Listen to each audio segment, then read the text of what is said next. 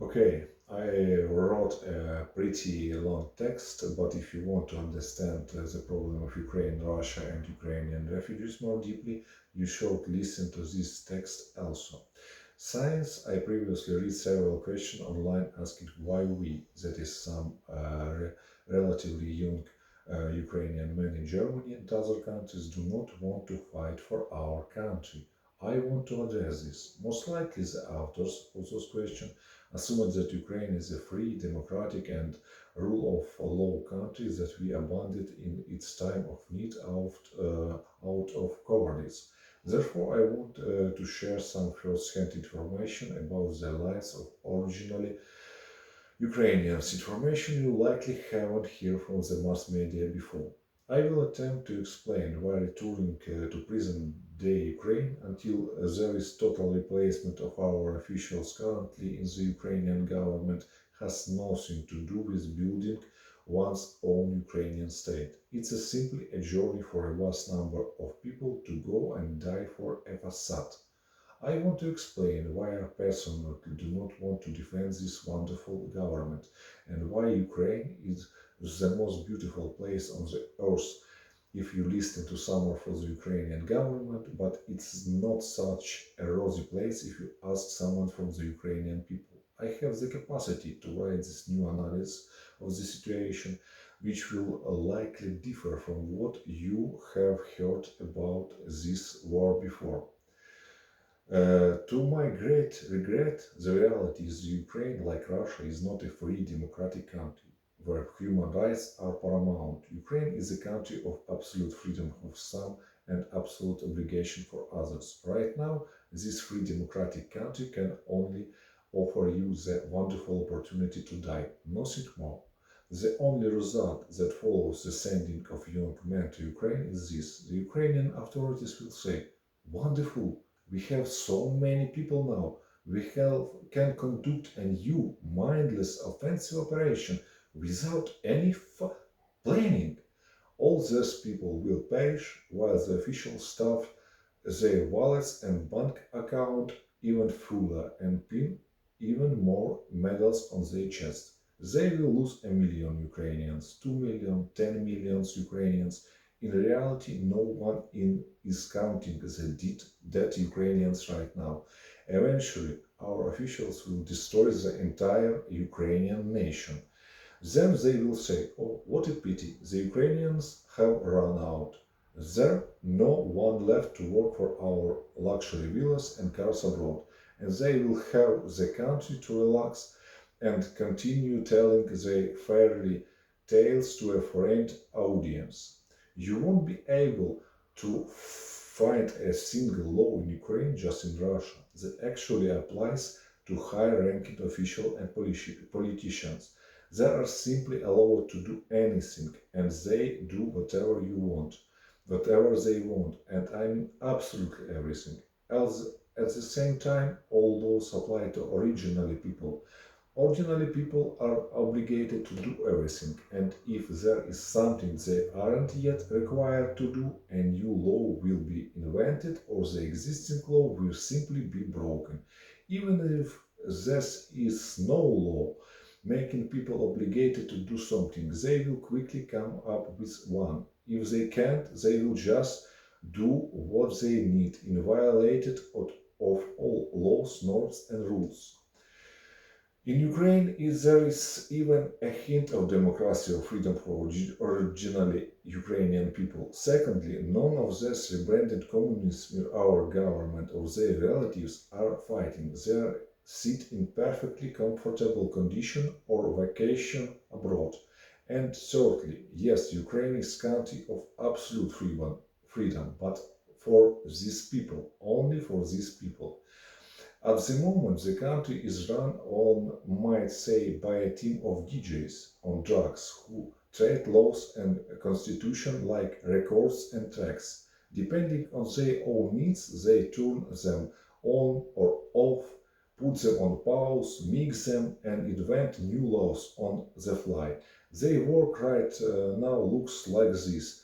They hit pause, remix a law, take a puff of a joint, and invent some new laws, or take a sniff and rewrite an entire legal code.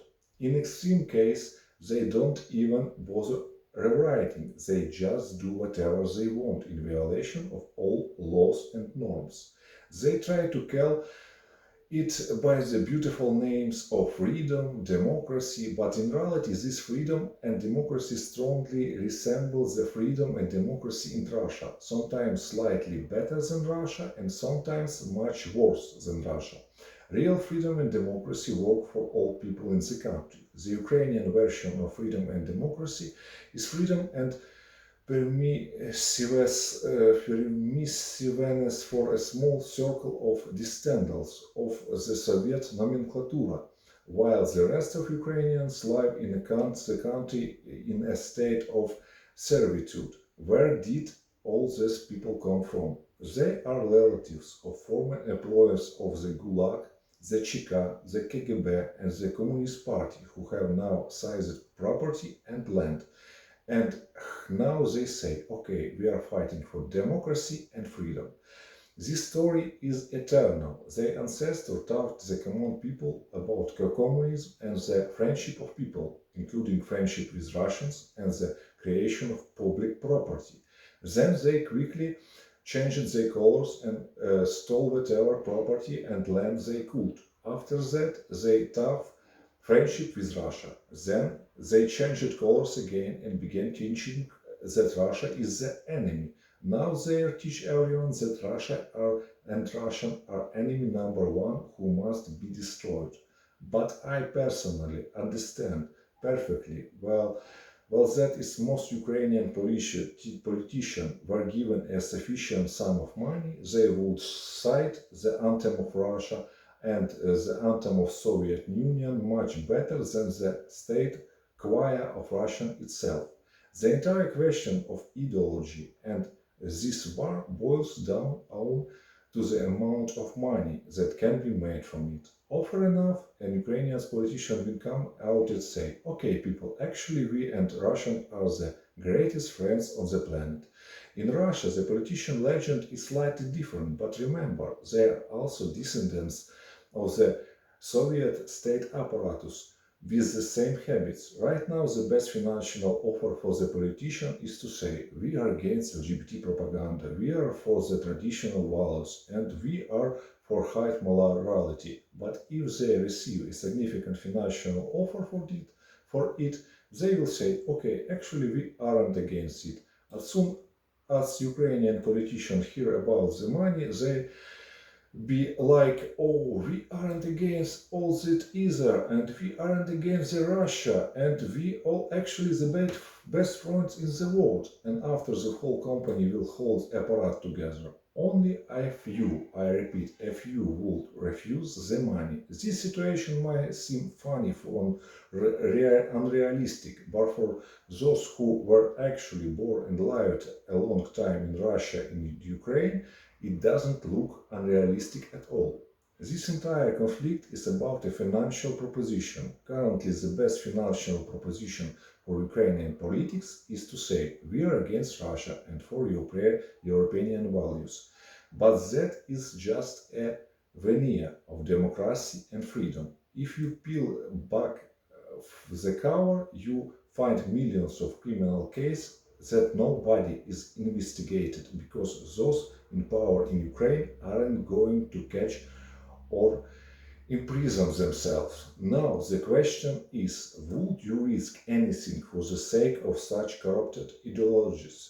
If you think the hypothetical scenario is unrealistic, believe me, for people who have lived in our countries for a long time and actually use their hands, had none of this a far-fetched.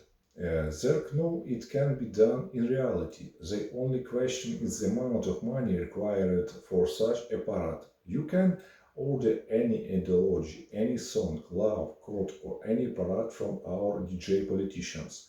If you have an example from a friend who, I have an example from a friend who ended up serving in Ukrainian army before the war started. You know what the problem was with the bullets in his unit. Take a guess. Of course, they didn't have any bullets. because someone obviously stole all the money allocated for them. His teeth fell out because someone was constantly stealing the meat and other ingredients from the mess hall, leaving the soldiers to be fat liftards. Fortunately, there was a son of a wealthy man in the unit whose father had sent him to the army as punishment. In the end, that man's father donated the money just so the entire unit could actually fire their weapons at least a few times during this service. Now imagine yourself as a citizen of Germany, France, England, Canada, the USA, or any other European country, but with the Ukrainian bureaucracy at the helm. After long deliberation, you finally agreed to give a 1,000 bid to a military enlistment officer just to be allowed to serve. Eventually, you were trained and sent to an operation to a country with a high concentration of terrorists. Suddenly, a message comes over the radio. Okay, okay, bravo. This is Charlie. We have a small problem. Unfortunately, someone stole all your ammunitions and foods. So, please, try to buy bullets from those friendly terrorists. And food too. Try to buy it.